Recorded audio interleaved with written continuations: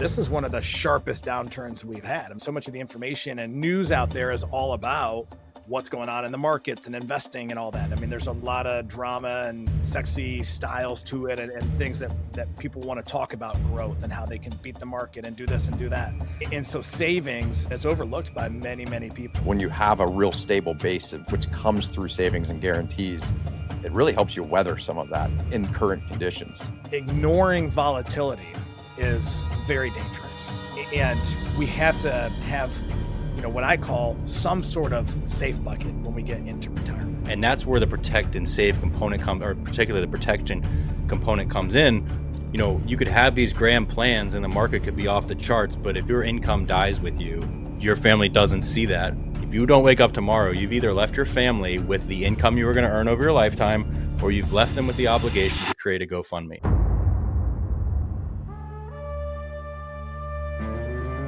Hey folks, welcome back for another episode of Remnant Finance. We've once again got our friend Scott Osborne, the airline advisor, on with us.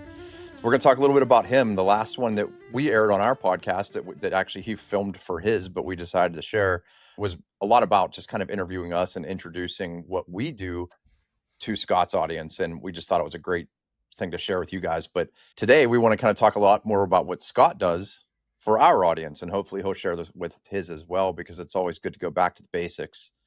But what's up, guys? How are you? Hey, Brian. Good to see you. What's up, Hans? Yeah, what's going on, guys? Great to talk again. Really excited about this and a lot of potential here moving forward. Yeah, so if you don't remember from the last one, or we might not even hardly talked about it, Scott specializes. He does a general assets under management model, helps people with their 401ks, their growth strategies. His particular niche is working with a lot of airline pilots. So it's really congruent with what we do and what we've done and who we are and our experience.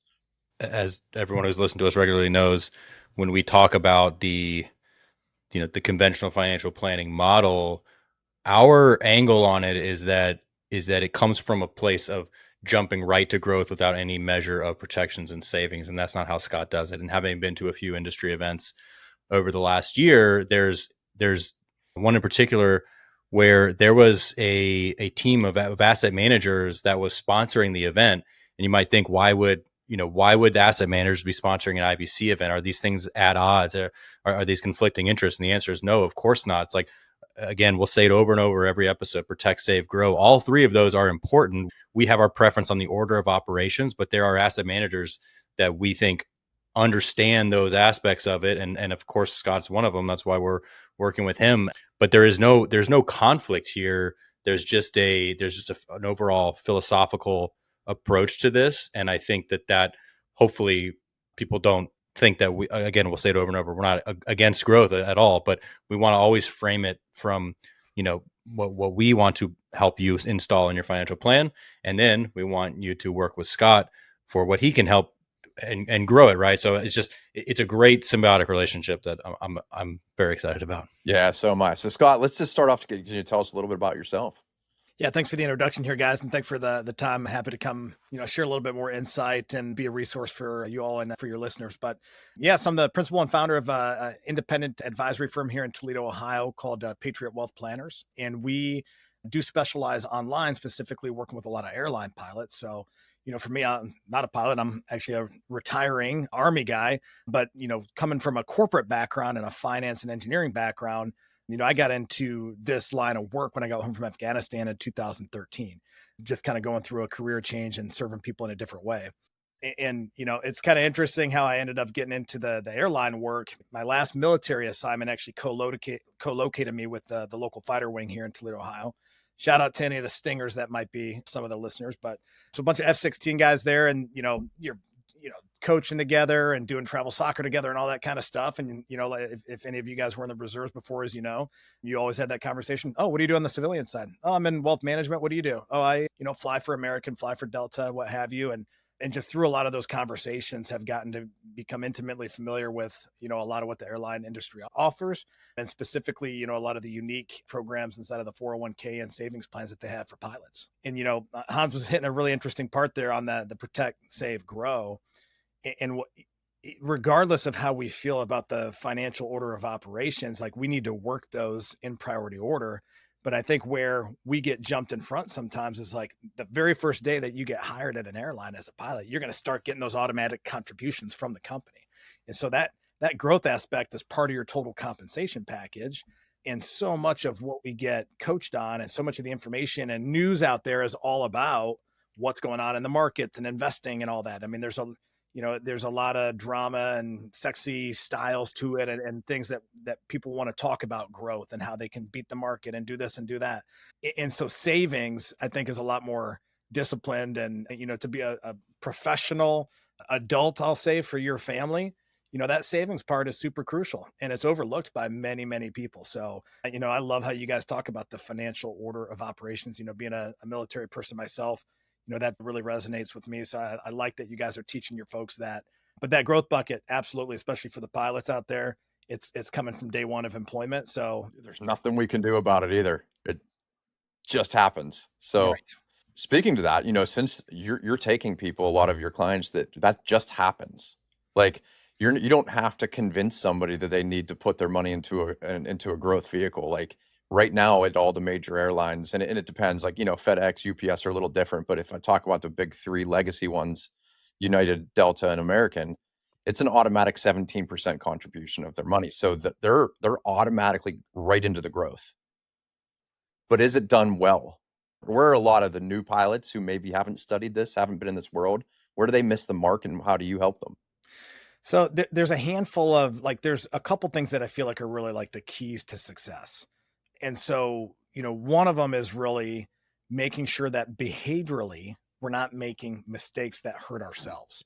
And, to your point, even if I'm not putting employee contributions in, the company is still putting, and UPS, FedEx, Southwest, they're all right in that 15 to 17% as well.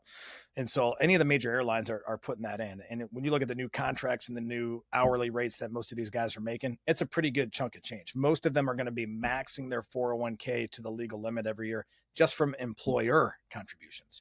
And so there's a good amount of savings that's going on.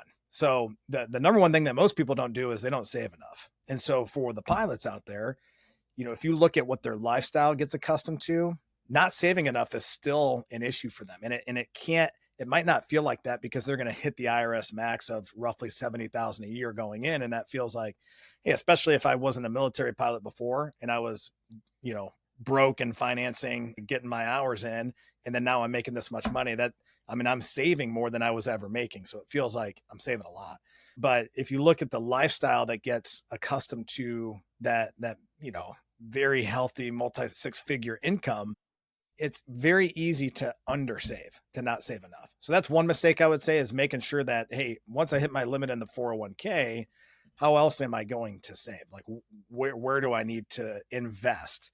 And so that's something that we help people with their outside 401k investments. What are the right vehicles to make sure I'm saving in the right type of brokerage account, doing backdoor Roth IRA. People hear about that. We educate them on the concepts of that. It's very simple. It's very, legal, ethical, moral, and it's a way to save tax-free money that most guys think they make too much money and they're not allowed to do that. Well, most of them can if we get the right process in place.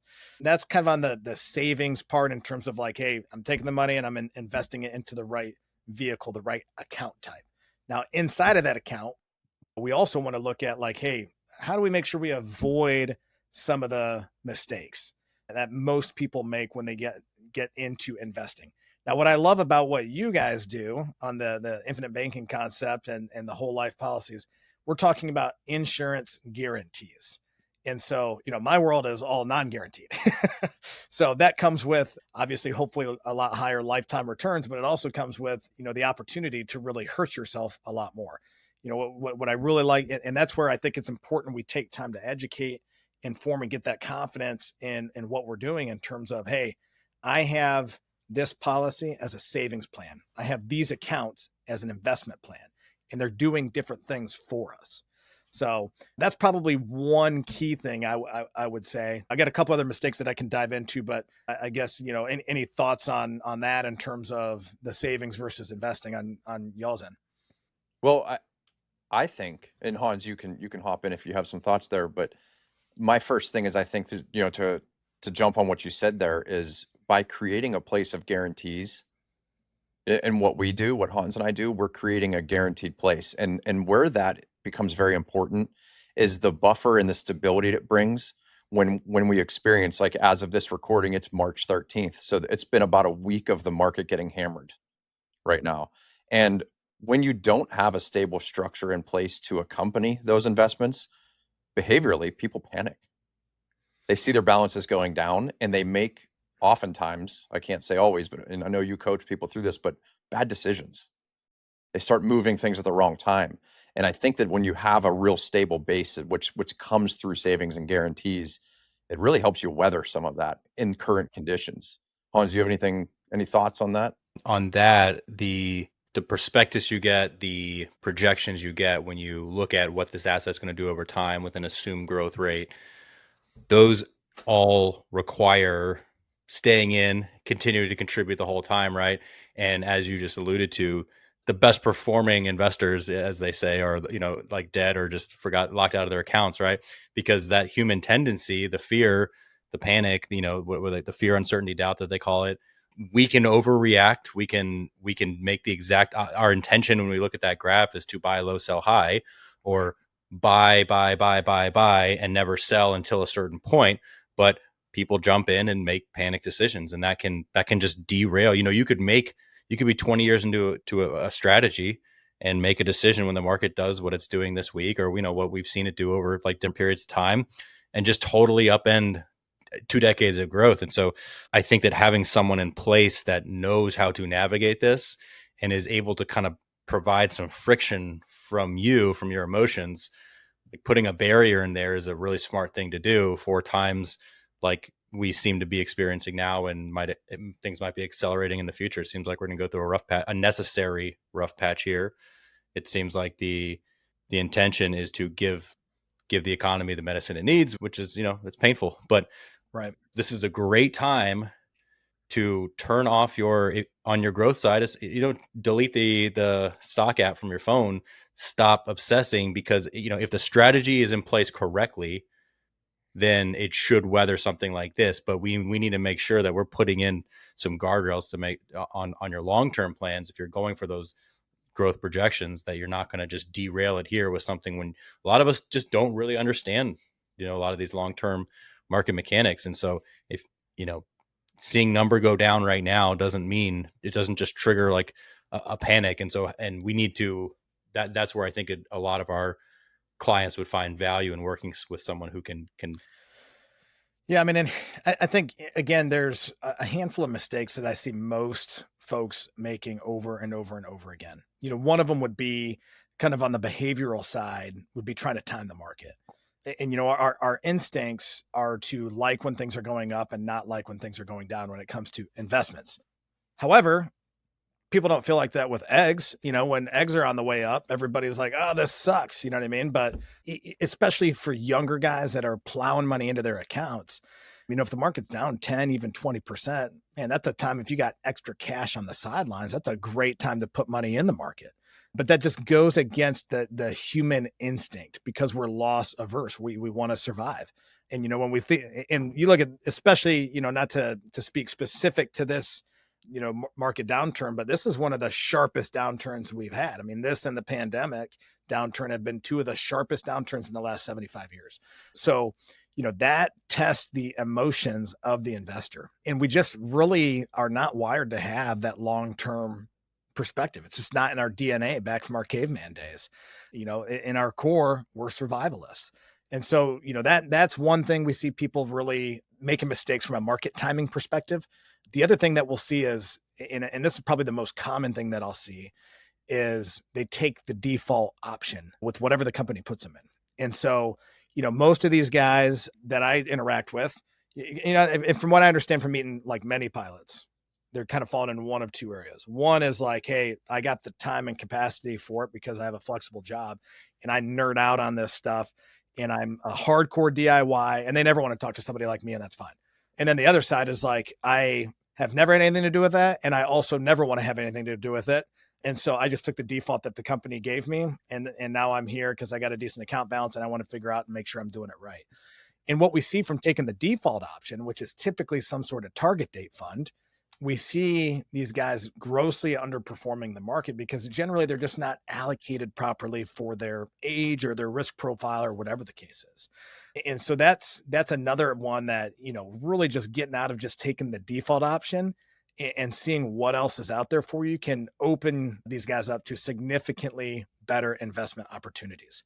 And so I think, just arming yourself with a little foundation of knowledge to make sure that you know what you're buying, you understand what you're investing in, and then that you can stick with it through the thick and thin, you can get a lot better returns long-term, my opinion.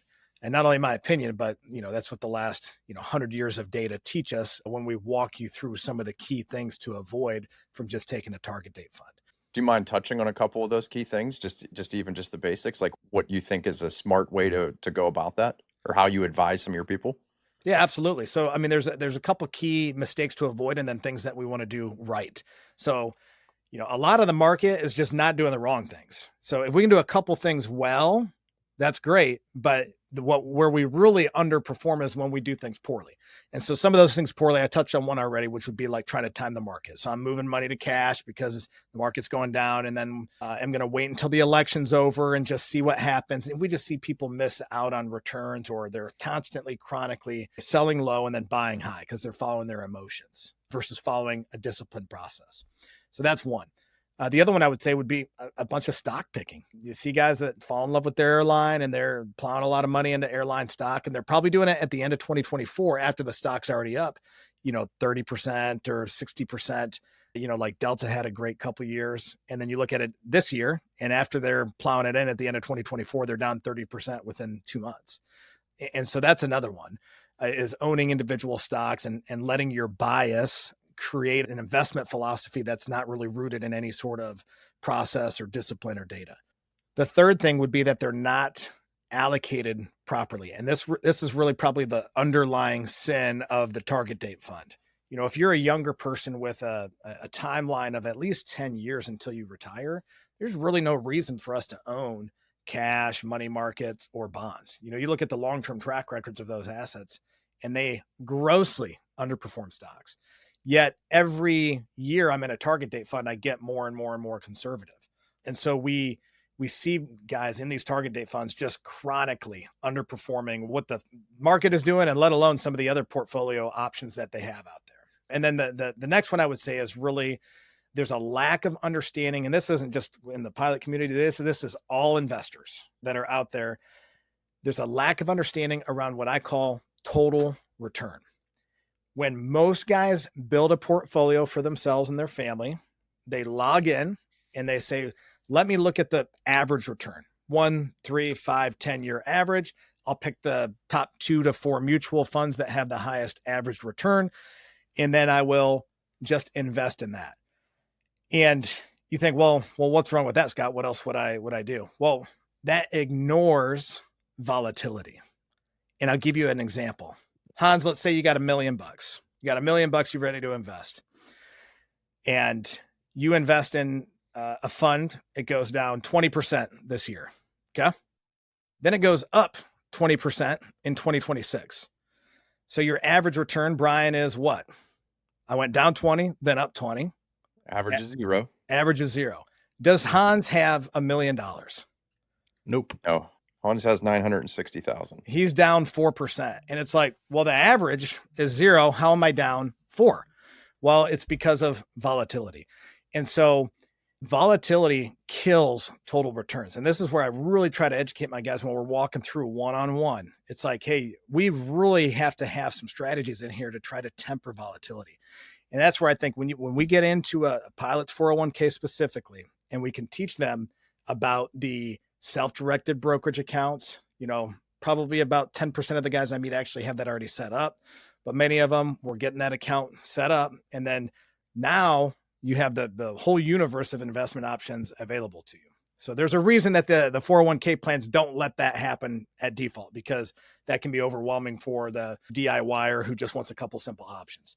But when we get in there are certain strategies that we can get that deploy this active risk management that helps us, mathematically manage that downside risk and temper the volatility in the portfolio.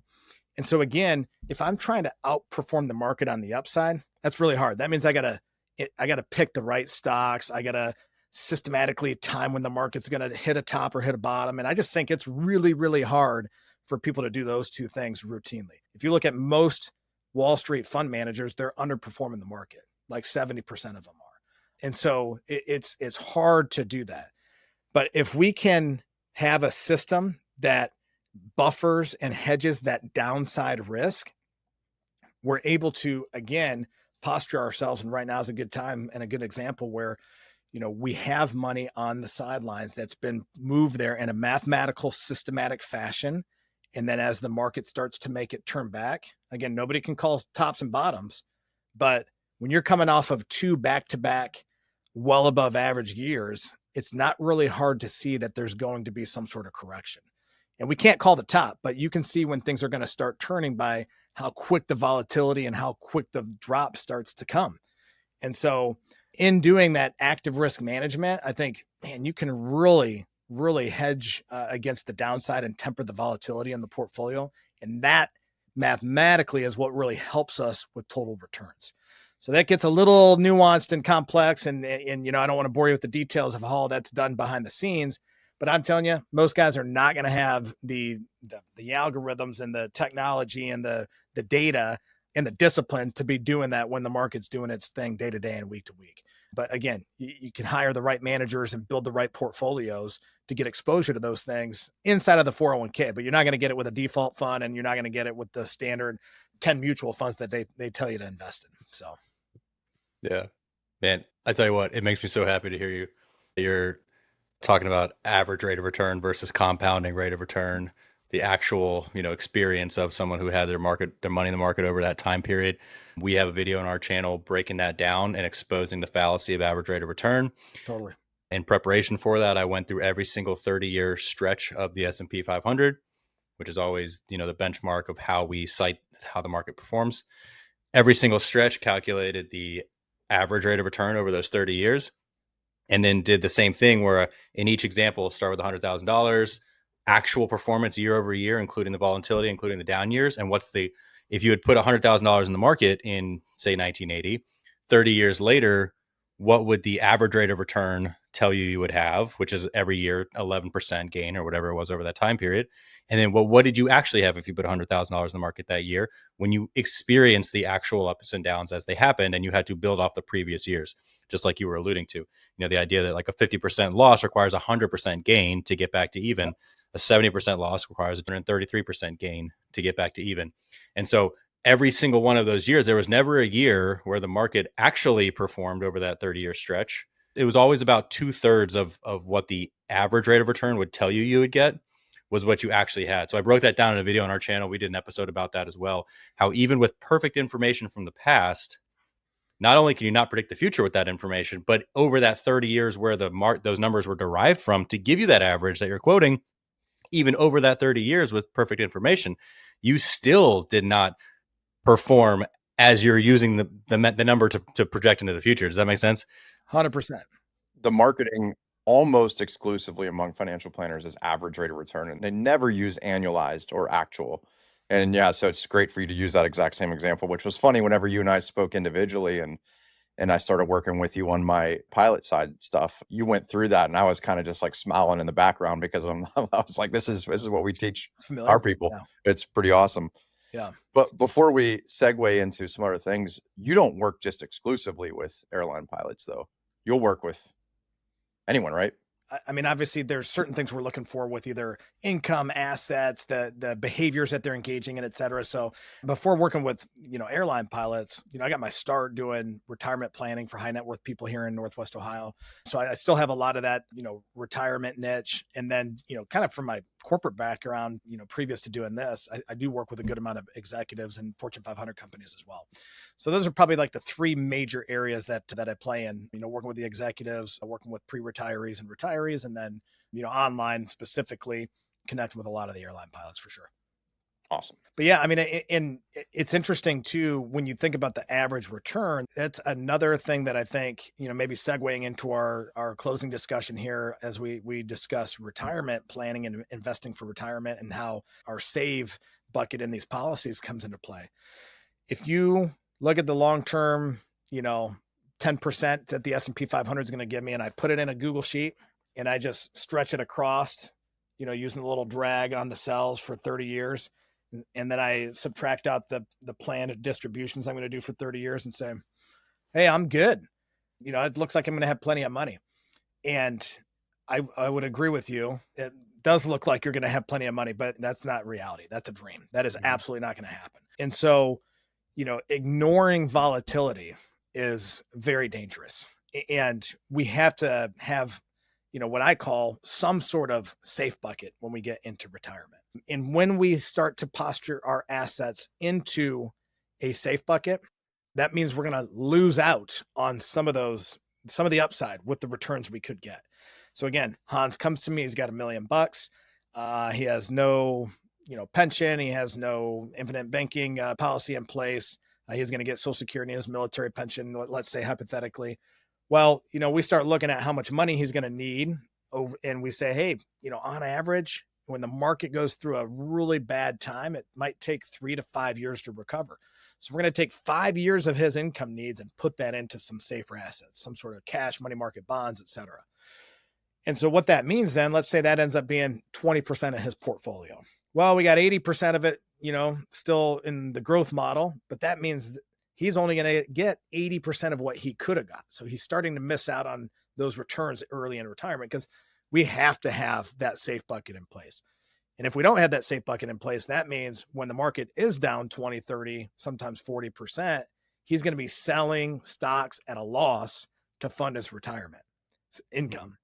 And that is the beginning of a sinking ship. And I'm never going to help you captain that ship. So you got to fire me as your advisor before we're going to do that.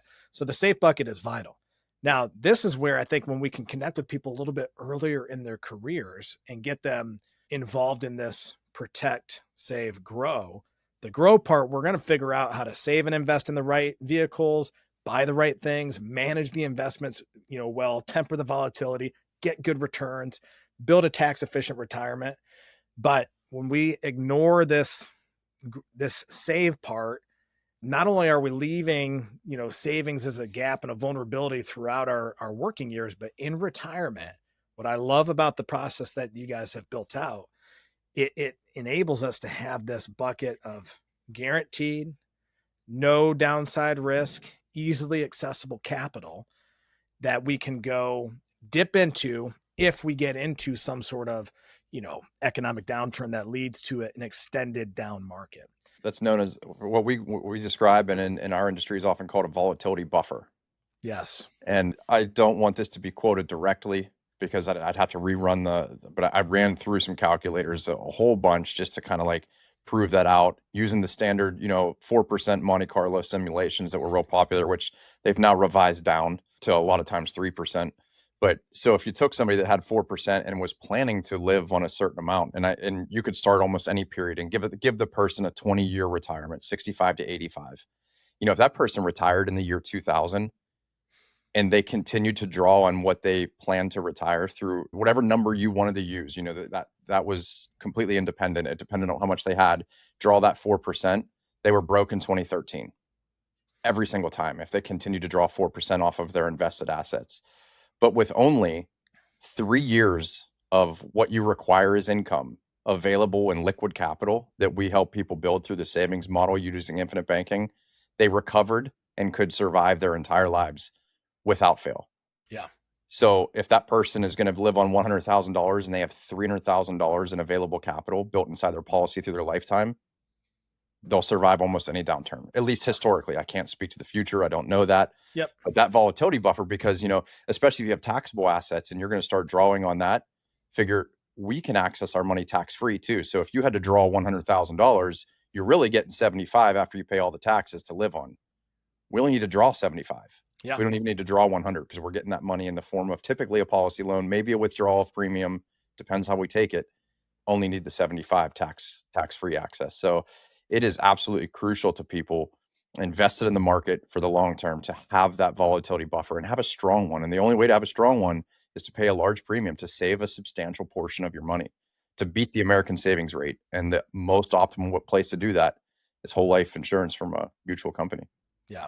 Well, and I think the other aspect to that, to put a little icing on your cake, would be it also enables you to spend a little bit more because, again, 8 out of 10 years, the market's going to be positive. And so if we look at averaging that 10%, we know it's not going to average. We just, belabored that point. But if I average 10% in that growth bucket over 10, 20, 30 years of my retirement, instead of averaging 7%, because it can all be in growth, I'm going to be able to enjoy a higher retirement income. I'm going to be able to leave more money to my kids. I'm not going to worry about inflation or the price of eggs going up or whatever the case is, because the market is going to have a stronger tailwind in my portfolio because I can invest more aggressively because I have that volatility buffer built in through the policy that you guys are going to build out for these folks. And most importantly, which, I'll let Hans talk about this because I'm taking over here, but, I guarantee he could speak to the death benefit side, which is so important, and the ability to draw down your assets. Oh yeah, absolutely. I mean, the example we give of in one of our articles in the blog, I wrote about how you're going to make a home renovation and it's a $60,000 price tag, and you're thinking through it. Can I afford to do this? And we'll equate that to maybe a year's spending. But that might have been 5 years ago that you could actually get by on $60K a year. But you have this big expenditure coming up, and you're not sure how you're going to do it. You're in retirement, or you're going to draw down on some stocks. What if the market's down, right? Well, if you then find out that a year from now, you're going to get an inheritance check for $60,000. Does that change how easy it is to make that decision? You really want to do this, whatever it is, renovation, withdrawing money, funding your retirement, et cetera. You really want to do this, but you're nervous about it because can you withstand that? But if you find out you'll get an equal replacement in value, and in this example, it's a very short-term thing. I want to redo my kitchen and I'm going to get an inheritance in 1 year equal to the amount I want to spend. Well, now I don't have to touch my assets, or if I do, they're going to be fully replaced. That makes that decision very easy. And then when we're talking about it in the sense of long-term over retirement, we're saying, I needed to draw down $100,000 this year for our standard of living, but the market's down. But how long am I going to live? How long do I have to live on this bucket of assets for? Is this bucket of assets going to grow and perform as projected? And will I outlive it? That's the question that every single retiree is asking. But if you know that when you pass, which is the inevitability, your $2 million nest egg is going to be replaced and go to your spouse or your children, a $3 million death benefit, for instance, you have much more comfort in drawing down on that money, whether you use it a cash value while you're alive to get that permission to spend, that volatility buffer, not touch the market exposure while it's down, draw down from here on the living side. But also it changes your decision matrix when you have that guarantee in place that I can draw this down to zero and still, when I pass, leave a huge estate equal to what I drew down to my heirs. It's a great sense of comfort. And because regardless of what people are thinking when they're young, if you get a 30-year-old person that you're starting to work with, let's say a 30-year-old airline pilot, they're often not thinking about legacy.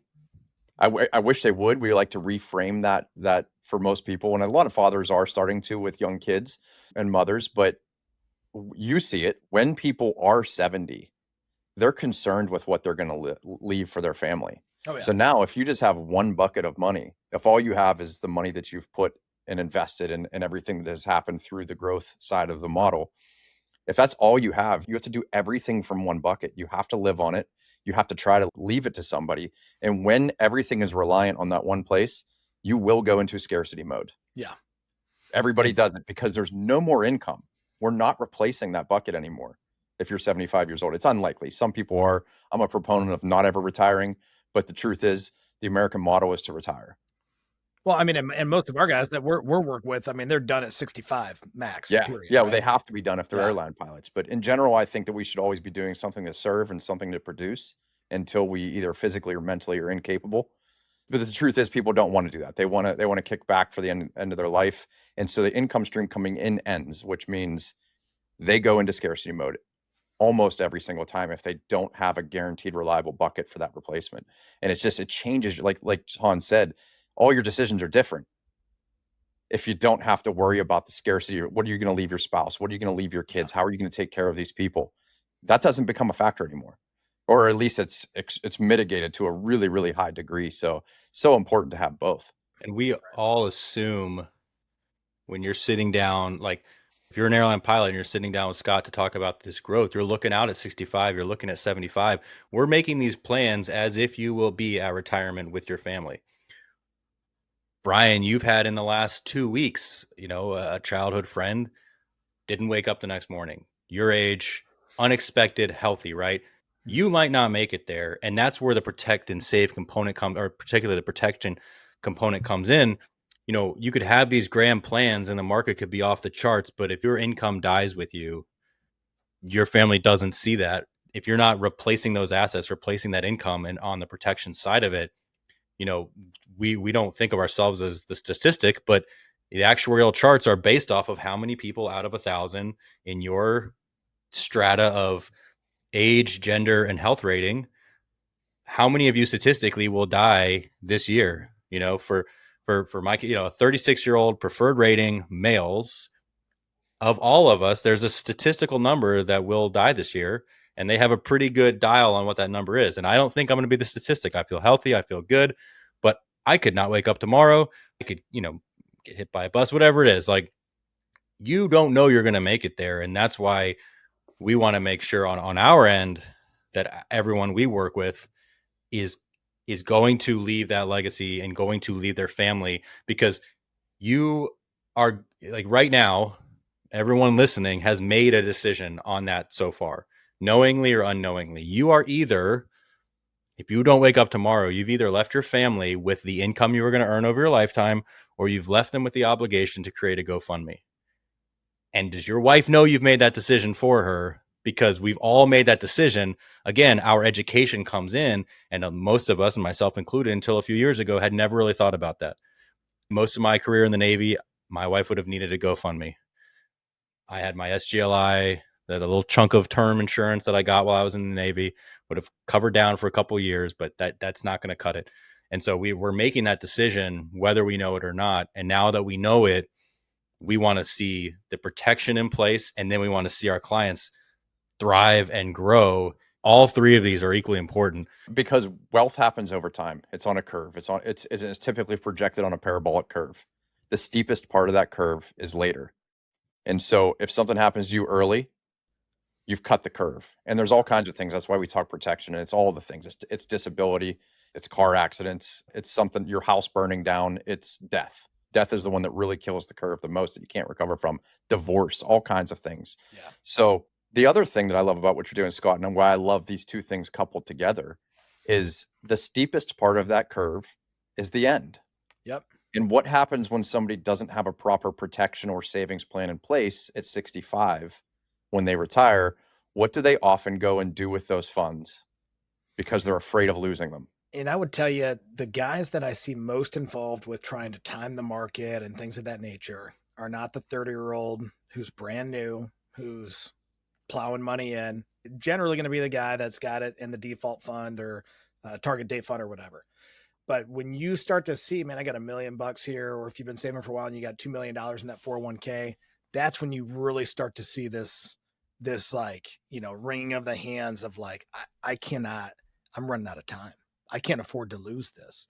And most of these guys have been in the airlines for a while, and they know, hey, times are good now, but they know we've had furloughs. And even if my seniority is high enough and I'm not going to be impacted by that, but we've seen, down pay contracts get approved. We've seen a lot of stuff over the years. And, when you look at, again, the downturn that Hans was mentioning, right? If the market's down 40%, I need 66 to come back to save me.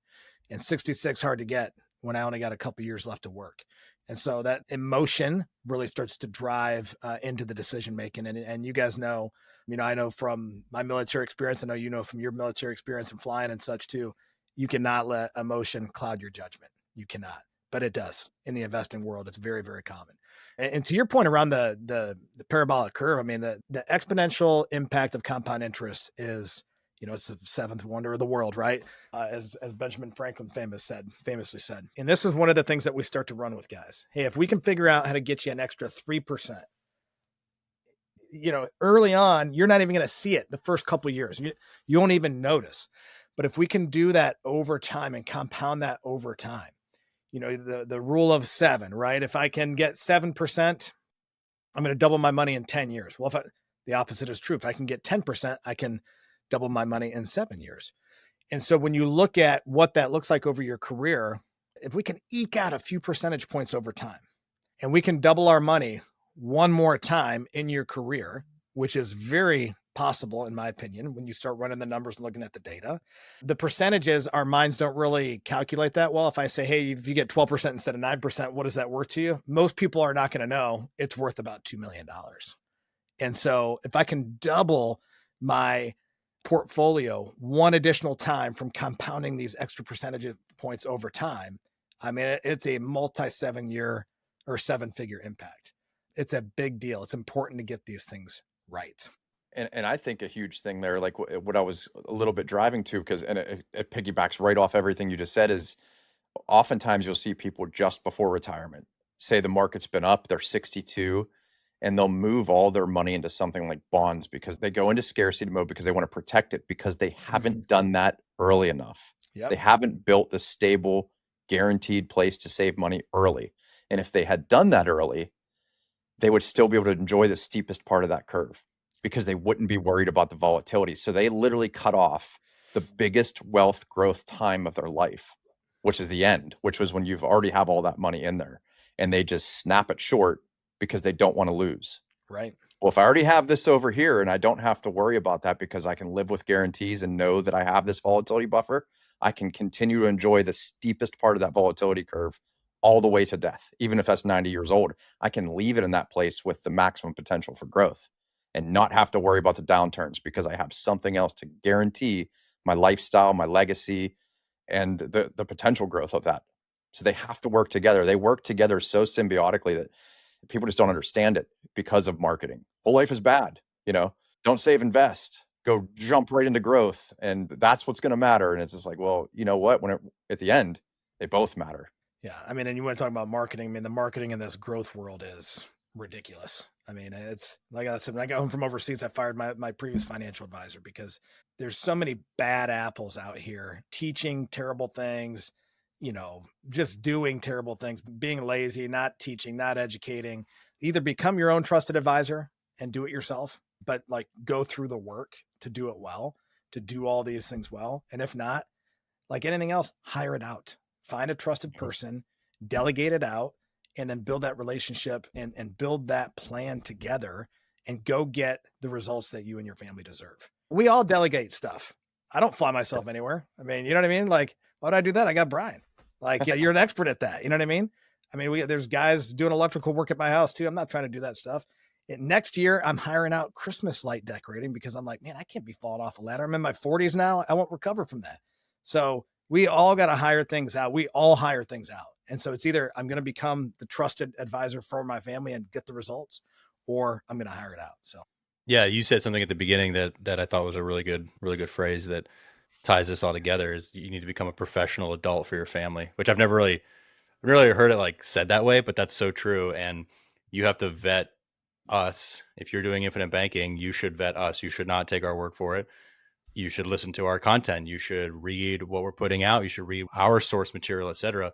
And I think that as far as life insurance goes, clients of IBC advisors who are doing it correctly, there's also in our industry a ton of bad apples. There's a ton of just gimmicky marketing, the social media, over sensationalized approach to IBC leads to a lot of really poorly designed policies and total lack of strategy, no advisor relationship. It's equally bad industry as far as the propensity for bad advisors.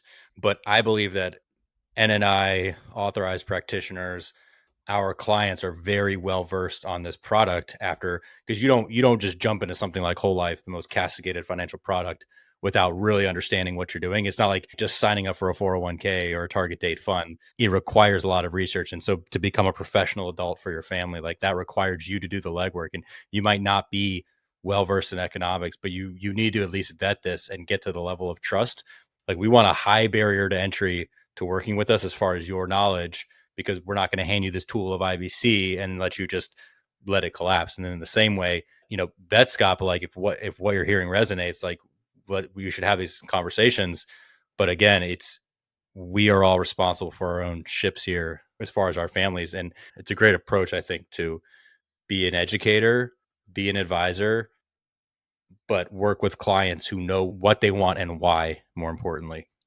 Yeah, and again, I'm not trying to come across too blunt when I say it like that, but I mean, to me, I really do feel like that's what it is. It's just taking accountability for this function of your life and your family's life. That's super important. And I know most of the clients you guys work with too, just like mine. I mean, nothing they do in their lives is mediocre. Like you're not going to be a top tier military pilot or a top tier airline pilot because you've been a mediocre throughout all these aspects of your life. So don't be mediocre here either. And again, either get the skill set yourself or hire it out. I mean, there's guys that do work at my house all the time that are experts in their craft. And my wife does not want me doing the caulk around the kitchen counter. I can tell you that. It's going to look like crap. You're going to tell I'm mediocre at it. So I hire it out because I don't want that. But, anyways, that's kind of my perspective. Maybe it comes from a background of, delegating to experts and building a good team and all those kind of things. I think that's super important. So that's why I'm happy to have this partnership with you guys too. And, be able to get you guys on board with my folks as well and helping to educate and when the time's right, get these policies in place for people and meet those needs for protection and savings. So appreciate what you guys do too. Yeah, we appreciate you, man. Anything else to add? Any final thoughts? No, a lot of good content in here today to discuss, and looking forward to future discussions with you guys again. But yeah, I mean, I think the only thing I would say is, if there's anybody that is out there that is wanting to get a second look inside of their 401k or some of their plans, more than happy to connect with them. And I'm sure you guys will include how to get a hold of me or connect through you guys, and we can make introductions and make sure that, again, we're working on this being a professional adult and getting this stuff squared away. And, procrastination hands down is the number one thing that kills all of our progress on anything. And I meet guys all the time that are like, yeah, I heard about this backdoor Roth. I started looking into it and I lost interest, or I got busy with other things. And, a lot of this stuff is not overly hard when you're hiring it out. It's just taking a little bit of time to understand the strategies and then getting them to work for you. So yeah, quit procrastinating for sure. And stop being a passenger in your financial game, man. Take control. There you go. Han, do you want to close us up? You got anything else? Closing thoughts? Really enjoyed the chat, and yeah, definitely looking forward to more. I got a lot more stuff to talk about, and I have questions more in depth than we have time for today as far as your approach to different aspects of this. But I think this is a great overview, and we'll do more in the future. Awesome. Looking forward to it. Thanks, guys. Yep. See you guys. Cheers.